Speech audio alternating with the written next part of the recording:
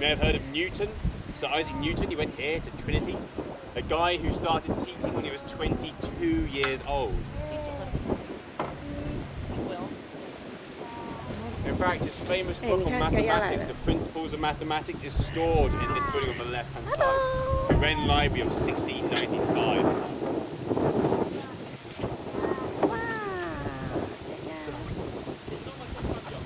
To give you an idea of how expensive the book is, the second edition goes for about £10 million. This is the first edition, the very first one, handwritten by him. There is no price tag associated with that book. But more importantly than that is A.A. Milne. A.A. Milne went to Trinity and he wrote Winnie the Pooh. The first edition of Winnie the Pooh is also in that building. And another famous person you might not have heard of was Lord Byron. Lord Byron, he used to bring his Cocker Spaniel and walk it in Trinity grounds. That was until one of the fellows said, you're not allowed to bring dogs to Trinity. So he looked up the rule book and he found there was a rule against bringing bears to the college. So he went to London and bought himself a bear. Then he walked the bear around Trinity's grounds. That's why at Trinity, there's now a rule saying you're not allowed to bring bears along.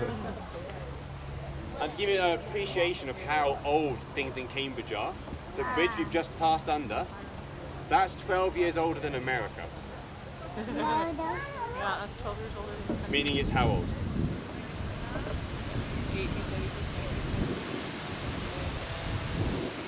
Come on guys, Declaration of Independence, when was that? 1776. That means that bridge is what's the date? 1764. I got to do it on a plot. Now, you may have heard the story that you can walk from Cambridge University to Oxford University, all on Cambridge University land. This story is not true.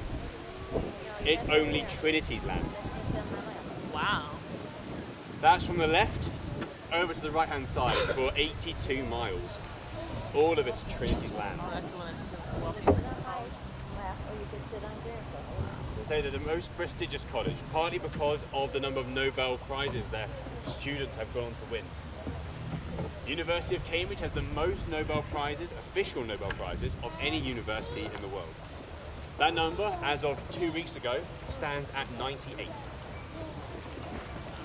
Oxford, on the other hand, they've got 60. And this single college, one of 31 colleges, this college has 32 of those Nobel Prizes. Pretty darn this is Trinity, good.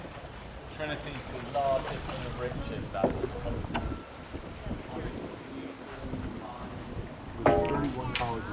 I'm surprised he's perpetuating that myth. Trinity's not the largest, he works here. Trinity's the largest by undergraduates, it's not the largest by total number of students. That would be Homerton College.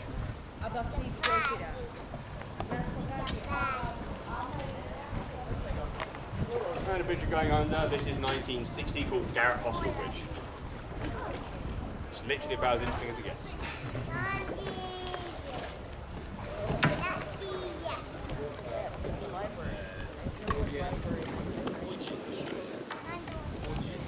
And on the right hand side now, we're going past Clare College Gardens again.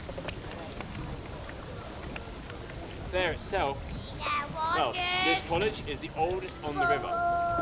You may have heard of some of their students. For example, Sir David Attenborough. Maybe Watson and Crick, the co-discoverers of DNA. One of the most important discoveries in human history.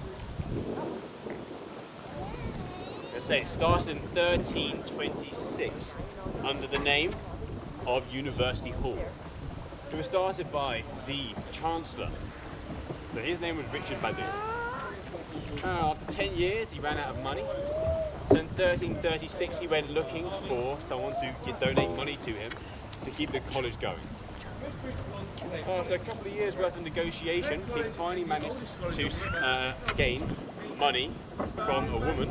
Her name was Lady Elizabeth de Clare, or Lady Elizabeth of Clare. She was a Norman. Nasty Frenchie.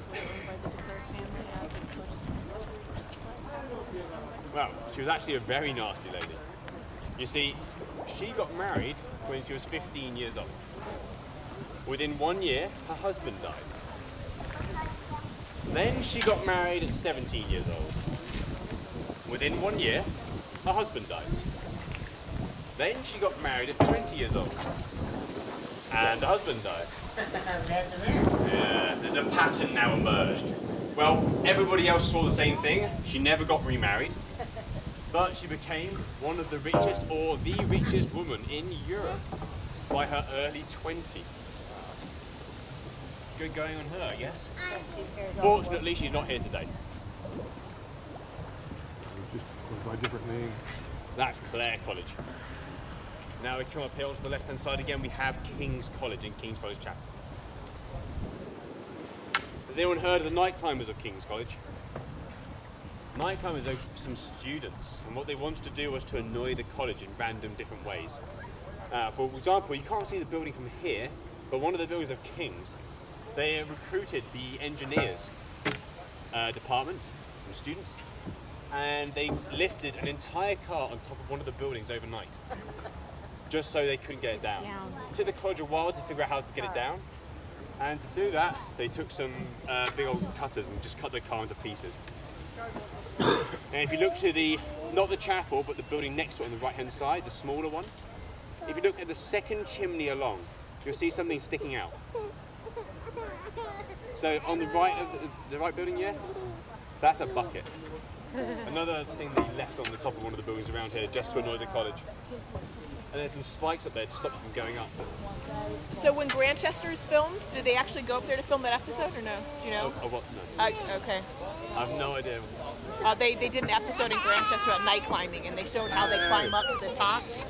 Oh, maybe. Well, the most famous story about the night climbers involves a traffic cone and the chapel. So the students, their best climber, he climbed to the top of the chapel right at the front and placed about a 1 meter tall traffic cone on the top. So the next day, the cone was just spinning in the wind. This annoyed the college, mostly because the college had to build scaffolding up to the top to get it down again. Well, scaffolding takes a while to put up, so the cone was there for quite some time. And the day before they finished the scaffolding, the student then re-climbed up the chapel and moved the cone one more along. This really annoyed the college. So much so that if you look at the chapel, about 80% of the way up, you'll notice some white spikes that point down, just above one of the window frames. Well, not window frames, but just one of the holes. Maybe a bit easy to see when you walk past it at the front. But those white spikes are to stop people from doing that again.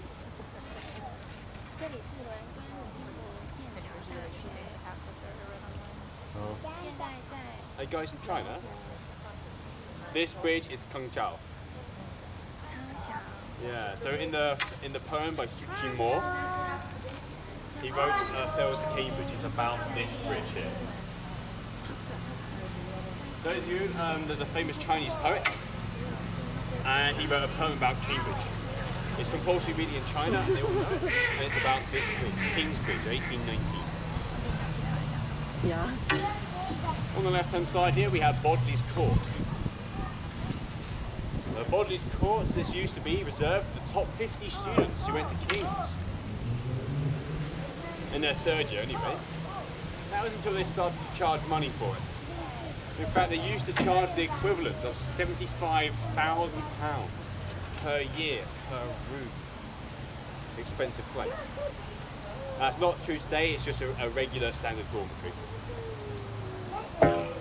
One of its most famous inhabitants, you may have heard of The Imitation Game, the film. It's about Alan Turing. Alan Turing stayed in this building.